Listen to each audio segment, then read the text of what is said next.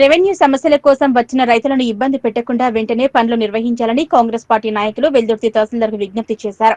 శుక్రవారం ఇన్ఛార్జ్ తహసీల్దార్ శ్రీనివాస్ ను మర్యాదపూర్వకంగా కలిశారు. తహసీల్దార్ బదిలీపై వెళ్లగా ఇన్ఛార్జిగా బాధ్యతలు తీసుకున్న శ్రీనివాస్ తో సమస్యలపై చర్చించారు. వివిధ సమస్యల కోసం వచ్చిన ప్రజలకు ఇబ్బంది పెట్టకుండా పనులను వెంటనే పూర్తి చేసి వారికి న్యాయం చేయాలని విజ్ఞప్తి చేశారు. ప్రజా సమస్యల పరిష్కారం కోసమే కాంగ్రెస్ ప్రభుత్వం కృషి చేస్తోందన్నారు. ఈ కార్యక్రమంలో కాంగ్రెస్ పార్టీ జిల్లా నాయకులు నరేందర్ రెడ్డి, తాజా మాజీ వైస్ ఎంపీపీ సుధాకర్ గౌడ్, రాష్ట్ర ఫిషర్మెన్ కార్యదర్శి తలారి మల్లేష్, సొసైటీ డైరెక్టర్ కృష్ణ గౌడ్, శేఖర్ గౌడ్ పాల్గొన్నారు.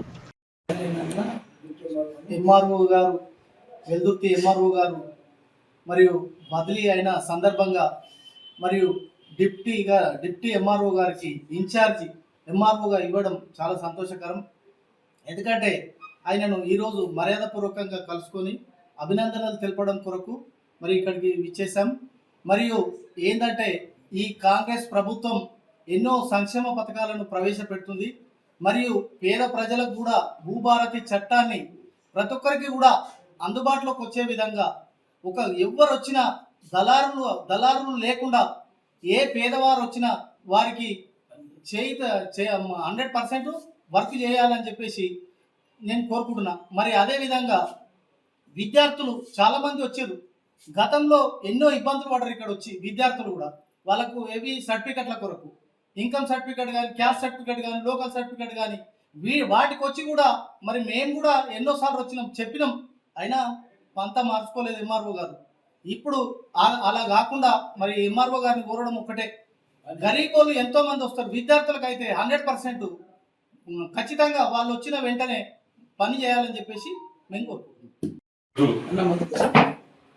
గౌరవ డిప్యూటీ తహసీల్దార్ ఇన్ఛార్జ్ ఎంఆర్ఓ గారుగా నియమితులైన సందర్భంగా ఆయనకు అభినందనలు తెలుపుతూ ఇక్కడికి గౌరవ వైస్ ఎంపీపీ సుధాకర్ గౌడ్ గారు ఎక్స్, అలాగే తలార్ మల్లేష్ గారు, నరసింహారెడ్డి గారు, శేఖర్ గౌడ్ గారు, కృష్ణ గౌడ్ డైరెక్టర్ గారు రావడం జరిగింది. ఇది మాకు శుభసూచకం. ఎందుకంటే రైతులను ఇంతకుముందు గత కొన్ని రోజులుగా రైతులు కొంచెం ఇబ్బంది పడ్డారు. ఏదైనా చిన్న చిన్న పనుల కోసం అయ్యే కార్యక్రమం ఉంటే కూడా అలా రైతులు 2 రోజులు 3 రోజులు తిప్పడం అనేది జరగవద్దు. ఇకనైనా ఇప్పటి నుంచి శ్రీనివాస్ గారు దగ్గర ఉండి ఏదైతే రైతులు వచ్చి ఇక్కడ చాలా గరీబైన పరిస్థితుల్లో వచ్చినటువంటి వాళ్ళు విద్యార్థులు కూడా ఆదాయ ధృవీకరణ పత్రం కోసం చిన్న చిన్న సమస్యల కోసం వస్తుంటారు. కాబట్టి వాళ్ళందరినీ దృష్టిలో పెట్టుకొని తొందరగా అయ్యే విధంగా చేయాలని చెప్పి నేను మనస్ఫూర్తిగా కోరుతున్నాను.